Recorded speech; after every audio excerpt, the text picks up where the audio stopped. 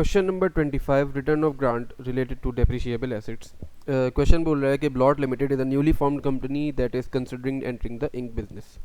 Blot plans to manufacture ink and sell it to the printing companies. ठीक है। Due to the scarcity of business in the sector, Blot Limited was awarded a grant to purchase the machinery it needed to start its operation. Grant मिला भाई इनको अपने operations को start करने के लिए।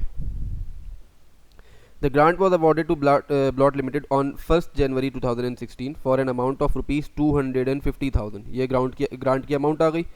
And it is conditional upon Blot manufacturing inks for an unbroken period of 3 years. सही। 3 साल तक आपने कंटिन्यूसली काम करना है, 3 साल तक लगातार काम करना है। अगर आपने काम करना बंद कर दिया इन 3 सालों में, should the Blot stop manufacturing before the end of 3-year period, the grant will have to be repaid in full grant आपको रीपे करना होगा। ठीक है। अच्छा, Blot limited purchase the requisite machinery on 1st January 2016 for ₹500,000। अच्छा, plant आपने ख़रीदा 1 जनवरी 2016 को और प्लांट की कॉस्ट थी 500,000 की। सर पार्शली फंडेड है। The machine is expected to have a useful life of 5 years and a nil residual value. Due to unforeseen circumstances, Blot limited had to stop manufacturing in on 1st January 2018। Sir हमने काम शुरू किया था 1st Jan 2016 से। सही है। 3 years की हमारे ऊपर कंडीशन रखी गई थी कि 3 साल तक आपने लगातार काम करना है। तो मतलब 31 दिसंबर 2018 तक आपने ये काम चलाना था प्लांट वाला। लेकिन आप 1 जनवरी यानी दूसरे ईयर के एंड पे या तीसरे ईयर के स्टार्ट पे आपने काम बंद कर दिया। ठीक है। तो अगर अब आपने कंडीशन अपनी फुलफिल नहीं करी, now what, the grant shall be repaid in full. आपको ग्रांट रीपे करना पड़ेगा। ठीक है। अच्छा, रिक्वायरमेंट में बोल रहा है कि show the journal entries for the year ended 31 December 2016 to 2019 using the direct method recognising grant income यानी सिंपली फेयर वैल्यू मेथड, और यहाँ पे नॉमिनल वैल्यू मेथड। ठीक है जी। तो खैर सवाल शुरू करते हैं, पहले फेयर वैल्यू मेथड से स्टार्ट कर लेते हैं।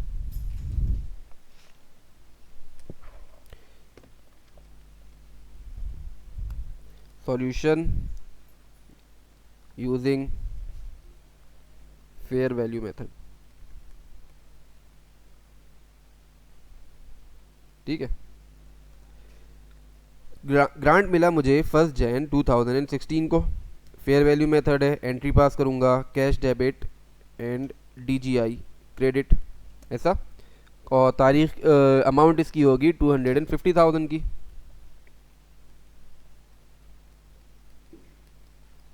सही है। इसी तारीख को मैं प्लांट खरीद के ले आया, अपना प्लांट लाया, मशीन लाया for the purchase of machinery लेके आया। तो प्लांट की जगह मशीनरी लिख लेते, चले वैसे प्लांट भी लिख सकते हैं।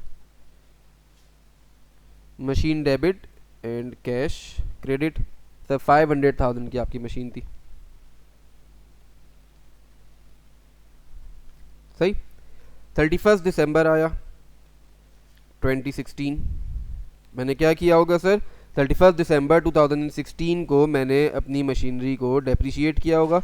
तो therefore depreciation expense debit and accumulated depreciation credit. Sir कैसे, 500,000 की machinery divided by 4 years of its useful life, तो मेरे पास एक्सपेंस आता है 125,000। अच्छा, इसी दिन 31 दिसंबर 2016 को ही मैं अपनी DGI को ग्रांट इनकम में कन्वर्ट करूंगा।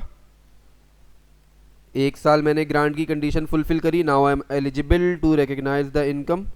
तो देयरफॉर एंट्री क्या पास होगी, 250,000 का grant divided by useful life of the asset that is 4 years। तो ये फिगर मेरे पास आती है 62,500। सही है जी।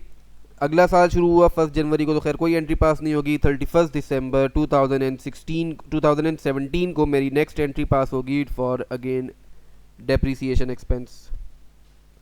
Debit, accumulated depreciation credit. Sir straight line method है, डेप्रिसिएशन में कोई चेंज नहीं आएगा, 125,000 से ही ये वाली एंट्री भी पास होगी। Similarly DGI debit, grant income credit, straight line method है, कोई चेंज नहीं आना, तो 62,500 से ये एंट्री पास हो जाएगी। सही है जी। 31 दिसंबर 2017 के बाद नेक्स्ट डे आया 1 दिसंबर 2018, 1 जनवरी 2018। हमने वर्किंग कब रुकी थी अपनी?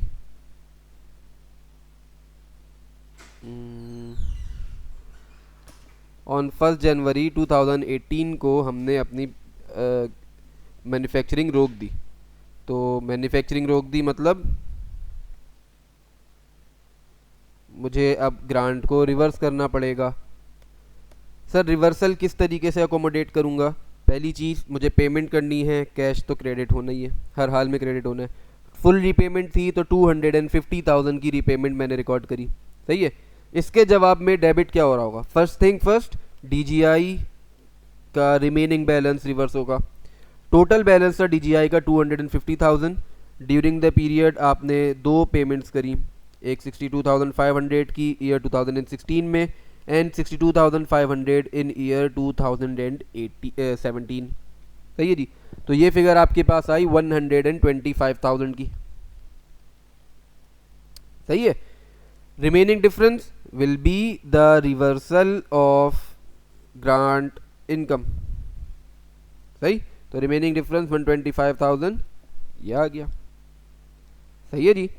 अच्छा, अब इसी चीज़ को अगर मैं नॉमिनल वैल्यू मेथड से करता तो अकाउंटिंग थोड़ी सी डिफरेंट हो जाती।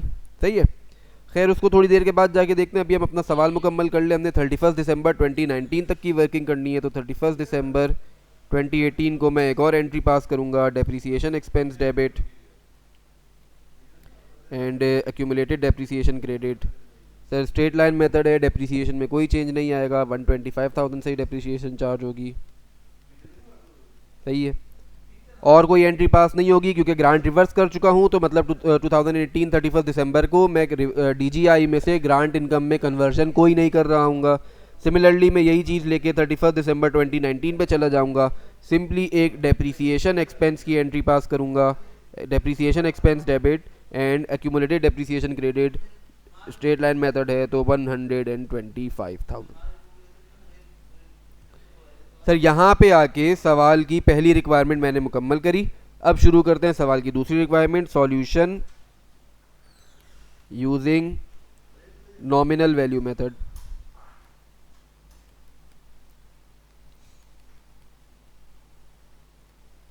सही है जी। अगर मैं नॉमिनल वैल्यू मेथड से वर्किंग कर रहा हूँ तो क्या करूँगा सर? 1 जनवरी 2011 को मुझे ग्रांट रिसीव हुआ था। 1 जनवरी 2016 DGI debit, cash debit and DGI credit 250,000। इसी तारीख को जाके मैं प्लांट खरीद के ले आया, तो मैंने एंट्री पास करी होगी, प्लांट डेबिट कैश क्रेडिट 500,000 से। फिर मुझे याद आया कि सर हम नॉमिनल वैल्यू मेथड यूज़ कर रहे हैं। नॉमिनल वैल्यू मेथड यूज़ कर रहे हैं मतलब मैं अपने DGI को नेट कर दूंगा प्लांट से, तो प्लांट मेरा क्रेडिट हो जाएगा, DGI मैंने डेबिट कर दिया। कितने से? The full amount of grant 250,000। सही है जी। तो एज ऑफ नाउ मेरा प्लांट कैरी किस पे हो रहा है? 500,000 माइनस 250,000, तो 250,000 पे मेरा प्लांट कैरी हो रहा है। ठीक है जी। तो गोइंग फॉरवर्ड जो दिसंबर ईयर एंड पे मैं डेप्रिसिएशन चार्ज कर रहा हूँगा वो इस फिगर पे चार्ज करूँगा। ठीक है। तो खैर फर्स्ट एंट्री मेरी पास होगी, यानी अगली एंट्री मेरी पास होगी 31 दिसंबर 2016 को। क्या एंट्री पास करूँगा? Depreciation expense debit and accumulated depreciation credit. Sir 250,000 का एसेट है, divided by 4 years of its useful life, तो मेरे पास एंट्री बनती है 62,500 से। सही है। 31 दिसंबर के बाद, अच्छा सर क्योंकि नॉमिनल वैल्यू मेथड है तो DGI टू ग्रांट इनकम की कन्वर्जन का कोई सवाल नहीं है यहाँ पे। अगली एंट्री में सिंपली 31 दिसंबर 2017 को पास कर रहा हूँगा। Depreciation expense again debit and accumulated depreciation credit. तो क्योंकि स्ट्रेट लाइन मेथड है तो इस डेप्रिसिएशन एक्सपेंस में कोई चेंज नहीं आएगा। सही है जी। अब क्या करें सर, 1 दिसंबर आया, 1 जनवरी आई, 1 जनवरी को हमने कंडीशन फुलफिल करने के लिए फेल हो गए, तो अब हमें ग्रांट रीपे करना पड़ेगा। तो 1 जनवरी को मैं ग्रांट की रीपेमेंट शुरू करूंगा, 1 जन 2018। सर नॉमिनल वैल्यू में ग्रांट की रीपेमेंट कैसे होती है? Debit the cost of plant by the amount of repayment.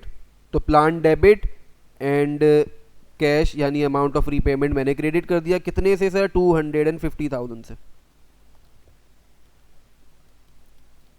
सही है, पहला स्टेप ये। दूसरा स्टेप डेप्रिसिएशन चार्ज करनी है हमें इस अमाउंट पे। ये अमाउंट कहाँ से आई सर? अगर हमारे पास ग्रांट नहीं होता तो ये चीज़ हमारी कॉस्ट का पार्ट होती, तो मतलब इसके ऊपर भी डेप्रिसिएशन चार्ज हुआ होता, तो वही डेप्रिसिएशन अब मुझे चार्ज करना होगा। ठीक है, तो एंट्री क्या पास करूंगा? Depreciation expense debit, accumulated depreciation credit. कैसे पास होगी सर? फॉर्मूला एक छोटा सा हमने नोट्स में लिखा था कि the amount of grant repayment यानी 250,000 मल्टीप्लाइड बाय ईयर्स डेप्रिशिएटेड।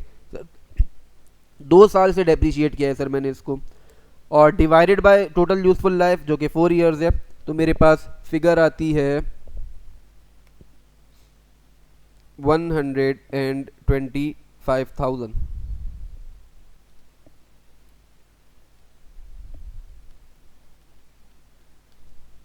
और यहाँ पे आके हमारा ग्रांट रीपेड हो गया। नाउ 31 दिसंबर 2018 डेप्रिसिएशन एक्सपेंस की एक एंट्री पास कर दूंगा। सर इस मर्तबा डेप्रिसिएशन मेरी 250 की जगह 500,000 पे चार्ज हो रही होगी। Depreciation expense debit, accumulated depreciation credit, और फिगर मेरे पास आएगी 125,000। और यही एंट्री 31 दिसंबर 2019 को भी पास करूंगा। Depreciation expense debit, accumulated depreciation credit 125,000। यहाँ पे आके मेरा सवाल मुकम्मल हुआ। सर मेन स्ट्रीम से सवाल था, उम्मीद है आपको समझ में आया होगा। अगले सवाल की तरफ चलते हैं।